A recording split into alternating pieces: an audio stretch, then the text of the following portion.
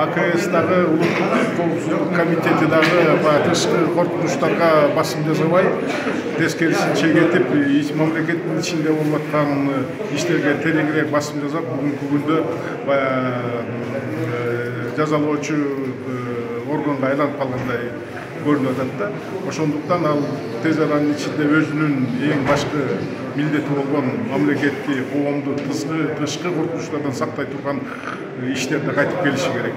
Бүгүнкү күндө журналисттердин артынан түшкөнү, коомдук ишмерлердин артынан түшкөнү, саясий аренадагы күрөшүп аткан оппоненттердин иштерине кийлигишип, бирөөнүн заказы менен бирөөнү камап аткандык абдан туура эмес деп ойлойм.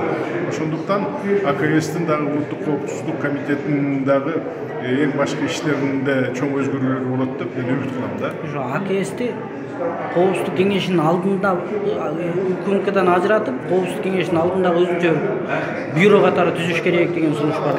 Эми баягы жакшы айтылган сөз бар. Баягы бир органды жаап, бир органдан ордунга туруп, антибиотик койгондон эч нерсе өзгөрбөйт. Ошондуктан бир жерден бир жерге отуруп койгондун эмне пайдасы бар? Эң негизгиси мыйзамдын негизинде ушу коомчулук эл күтүп аткан иштерди аткарса эң туура болот да. Ага жерде туруп аткарат, ал эч кандай чоң роль ойнобойт деп ойлойм.